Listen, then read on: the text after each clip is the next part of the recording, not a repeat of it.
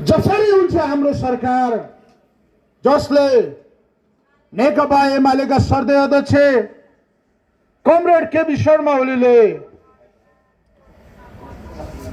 जिम्मा लिनुभएको सरकार, उहाँको नेतृत्वमा अगाडि बढिरहेको सरकार जसरी पनि ढाल्नु थियो, जसरी पनि विकासकै मानेमा हाम्रा विद्यार्थीहरूलाई फ्रन्ट लाइनमा लगियो र कस्तो खालको भ्रम छरियो भने विद्यार्थीलाई प्रहरीले गोली हान्दैन, दरबार चलाउँदै गर्दा, संसद भवनहरू चलाउँदै गर्दा प्रहरीले गोली चलाउँदैन भन्ने भ्रम छरियो। फलस्वरूप के भयो? नेपाल प्रहरीलाई बन्दुक भाँडाकुँडा खेलाउन दिएको हो। हामीले बुझ्नुपर्छ, जब 13-14 महिना प्रहरीले तालिम सकेर उसले प्रमाणपत्र लिन्छ तब नै उसलाई बन्दुकको लाइसेन्स दिएको हुन्छ।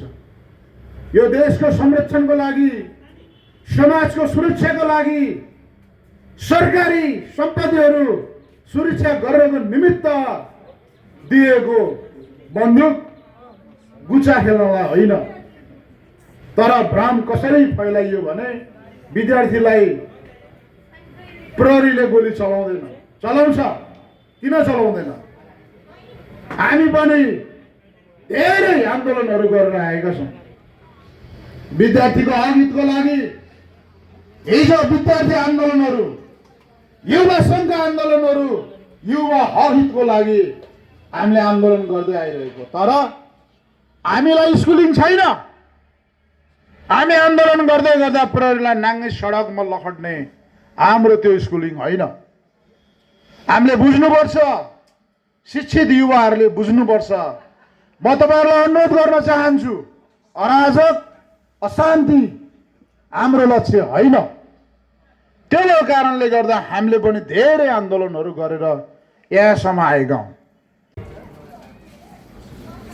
जसको परिणाम स्वरूप आज हामी सिङ्गो देशभरि एमालेलाई सुनेमा मतदान गर्नको निम्ति आह्वान गरिरहेछौँ। हामीले काम गरेको कामको गतिविधिको सन्दर्भ त्यो केवल शब्दमा नयाँले मात्र होइन, उनीहरूको गतिविधि, उनीहरूको राजनीतिक दृष्टिकोण, उनीहरूको सांगठनिक ढाँचा, उनीहरूको आगामी योजना सुनौ न त भनेर जनताहरूले सोध्दै गर्दाखेरि उहाँ त्यो पार्टीका नेताहरूले भनेको मैले सुनेको छु। योजना, लक्ष्य कि प्रधानमन्त्री हुने मान्छेको एउटा हुन्छ, गृहमन्त्री हुने मान्छेको अर्कै हुन्छ, पार्टीको अर्कै हुन्छ, सङ्गठनको अर्कै हुन्छ। दुनियाँमा यस्तो हुँदैन। राजनीतिक पार्टीले बनाएको लक्ष्य जे हो, लिएको उद्देश्य जे हो, केवल त्यो पार्टीको प्रमुख व्यक्तिले मात्र होइन, सिङ्गो देशभरिको आम कार्यकर्ताले त्यसैलाई फलो गर्नुपर्छ। त्यो हो राजनीतिक दृष्टिकोण भनेको, त्यो हो राजनीतिक भिजन भनेको। हामीले त्यो सुन्न पाएनौँ।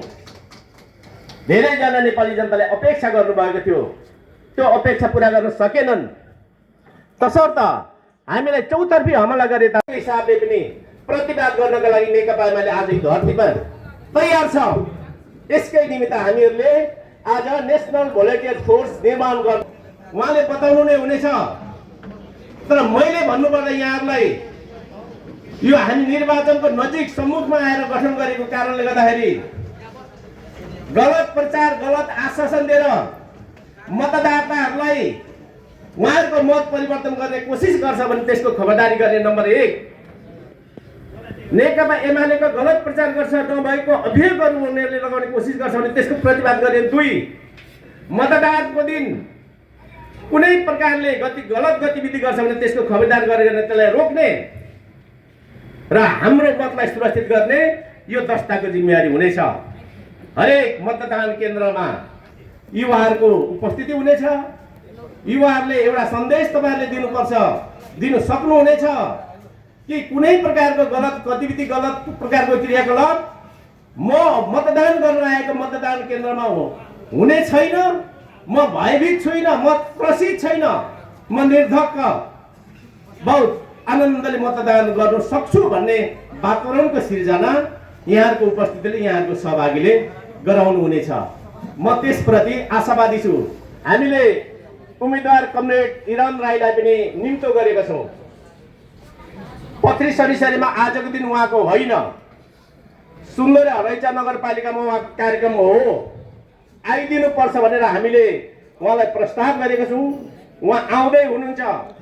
कार्यक्रम सुन्दर हरैचाको भएको कारणले गर्दा उहाँलाई अलिकति समय लाग्ने नै भयो, तसर्थ केही छिन पछाडि आउनुहुन्छ। म आगामी दिनमा हुने कार्यक्रमको सन्दर्भमा संक्षेपमा यहाँलाई जानकारी गराउन चाहन्छु। कार्यक्रमहरू विभिन्न पार्टी कमिटी, वडा कमिटी, जनवर्गीय सङ्गठनहरूको बिचमा बस्ने, छलफल गर्ने, मतदाताहरूको मत परीक्षण गर्ने, भेटघाट गर्ने, यो नियमित गतिविधि पत्री सरिसरी नगरपालिकाको हामी 8वटा वार्ड मात्र डुबेर 10वटा वार्डमा नियमित सञ्चालन भइराखेको छ। आज मात्र पनि वार्ड नम्बर 1 मा बिहानको एउटा मिटिङ, बेलुका 4 बजे अर्को मिटिङको आयोजना गरिएको छ। बिहानको मिटिङ सम्पन्न भएको छ। वार्ड नम्बर 2 मा बिहान एउटा मिटिङ सम्पन्न भएको छ। अन्य वार्डहरूमा साथीहरूले मिटिङ बैठकहरू सम्पन्न गर्नुभएको छ। अब उपरान्तको हाम्रो ठुल्ठुलो कार्यक्रमहरू 9 गते भोलिको दिन 7 बजेबाट उम्मेदवार सहित हामी वार्ड नम्बर 10 को घर दैलो कार्यक्रममा सहभागी हुनेछौँ। समय मिल्यो भनेदेखि यहाँहरू पनि उपस्थित हुनुहोला, मेरो निवेदन छ। तर तपाईँ त्यो वार्डमा जानुभन्दा आफ्नै वार्डमा बसेर साथीहरूसँग भेटघाट गरेर मतदातासँग छलफल गरेर गर्दाखेरि फाइदा यदि हुन्छ भनेदेखि तपाईँले आफ्नो ठाउँ नछोड्नुहोला।